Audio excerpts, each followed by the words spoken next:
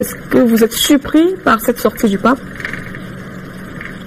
Oui et non, Madame Siké. J'adhère totalement à ce que vient de dire M. Jean-Arthur Aoumou. Je rajoute juste même quelques éléments. Ouais. Il y a en ce moment un gros problème de crédibilité de l'Église catholique. C'est un problème, l'Église catholique en Afrique. Au-delà du fait que dans le champ religieux, ils sont fortement bousculés. L'Église catholique fait face aujourd'hui à une montée forte, dure, des mouvements panafricanistes.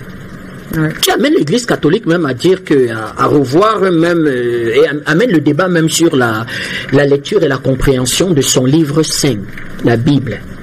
Je ne serai pas trop dur aujourd'hui parce on explique, on nous dit. Ils ne seront pas contents de moi. Qui amène le débat là-dessus. Exemple. Je ne sais pas en quelle date du mois d'août on nous explique, août ou juin, mais je ne comprends pas ces trucs. On nous explique que Marie est montée au ciel. C'est un débat. Mais moi j'ai souvent discuté avec des vicaires catholiques de mon village. Je dis, mais qui te l'a dit ça? Marie est montée au ciel. Comment on enseigne depuis 600 ans. Mais Africains quoi? Prie Dieu. Une journée de travail, paraît de travailler, prie. Marie est montée au ciel. On s'habille en blanc. La Vierge Marie. C'est un problème ça. Et le pape est obligé véritablement, plus que tout le monde, de s'engager dans le débat politique. On nous a dit que non, c'est un homme, c'est-à-dire que c'est tout sauf, c'est une sainteté. C'est une sainteté, c'est-à-dire il est bon, il est saint, il est le représentant de Dieu sur terre. Croyons même. Mais aujourd'hui, il est obligé de s'engager dans le débat politique pour véritablement crédibiliser son parti politique qu'on appelle l'Église catholique. Parce que je suis un catholique. Moi qui vous parle, je suis un catholique. Je suis de ceux qui appellent à une élection au suffrage universel et direct dans l'Église catholique avec sa simple carte paroissiale. C'est-à-dire, moi, ce monsieur ne répond pas de moi. Le jour qu'on va organiser une élection, j'ai une carte paroissiale. Élection simple, suffrage universel et direct.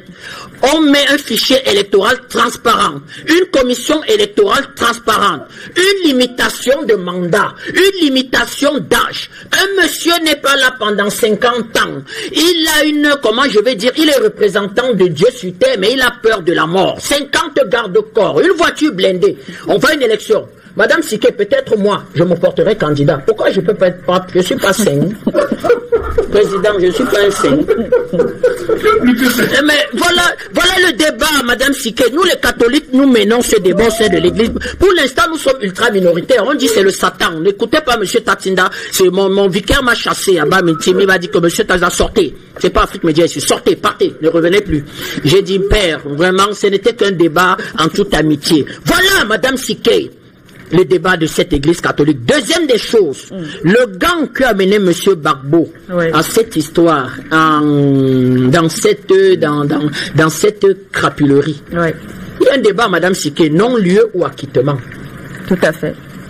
Voilà le débat au sein du gang, c'est-à-dire ça discute, y compris l'église catholique. Non-lieu ou acquittement. Pourquoi? Parce que sur le plan juridique, c'est différent. Monsieur Gbagbo, pour l'instant, a un acquittement. Ça veut dire il n'a rien à voir avec ce qui s'est passé. Rien. C'est-à-dire, à la limite même, la CPI, c'est-à-dire qu'on devait escorter ce monsieur, le ramener à Odiene, il est du président de son village, vraiment. Mais ils veulent plutôt qu'il obtienne un non-lieu. Parce qu'un non-lieu peut vouloir expliquer que l'enquête a buté sur certains éléments et on n'a pas pu continuer. Donc de fortes présomptions continuent de peser. Voilà. Avec le silence de l'Église catholique, du pape, aujourd'hui, sur les enjeux profonds que l'Afrique est en train de vivre.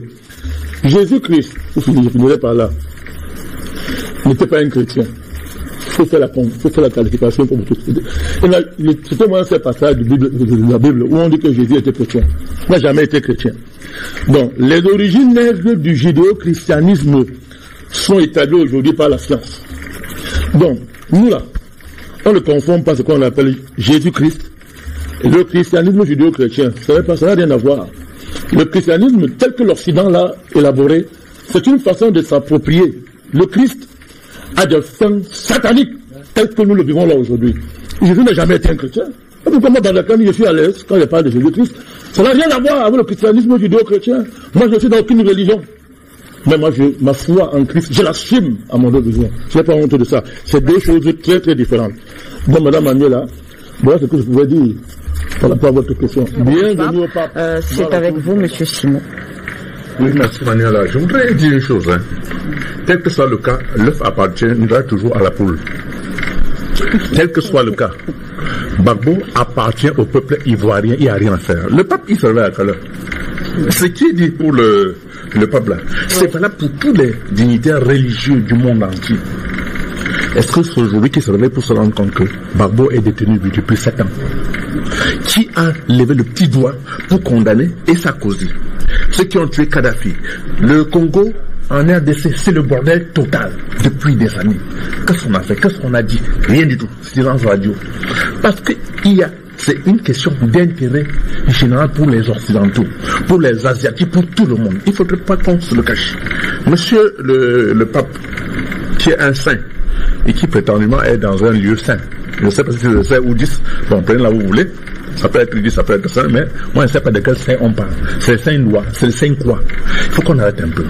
Je voudrais dire une chose. Quand on ne sait pas où va la direction du vent, on n'ouvre pas le sac de piment. Parce que le piment va vous rentrer dans les yeux.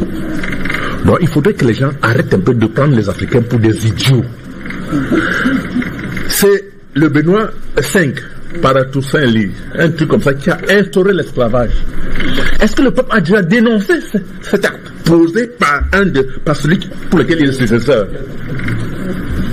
Il faut arrêter un peu ce banditisme où on prend les Africains toujours pour des ignares.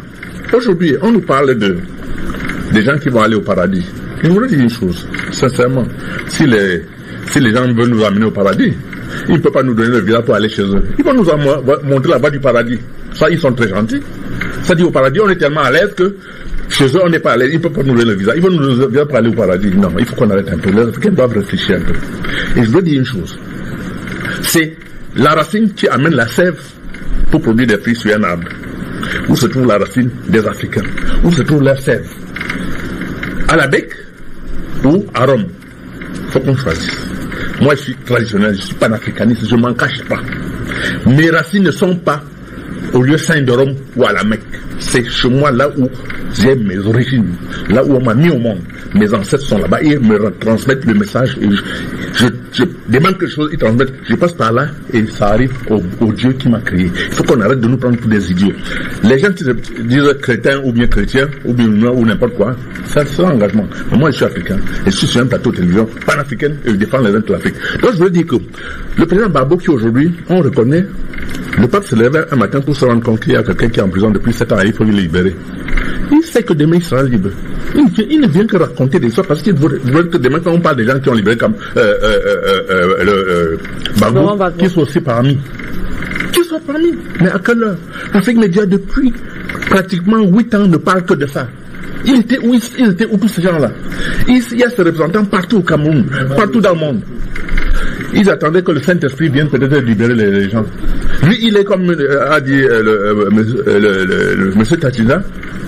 Le Saint-Esprit le protège seulement qu'il est dans une voiture blindée, avec des gars hyper armés, mais il demande à tout le monde que le Saint-Esprit doit les protéger. Bon Dieu, il faudrait que les Africains se réveillent. Sincèrement, c'est un débat hyper compliqué. Hyper compliqué. Et dis encore une fois, il faut qu'on arrête de penser que c'est les autres qui viendront nous libérer. L'Africain doit commencer à comprendre que il est sur un terrain qui glisse même en saison sèche. Et que s'il ne fait pas attention, il va aller trop loin dans la glissade.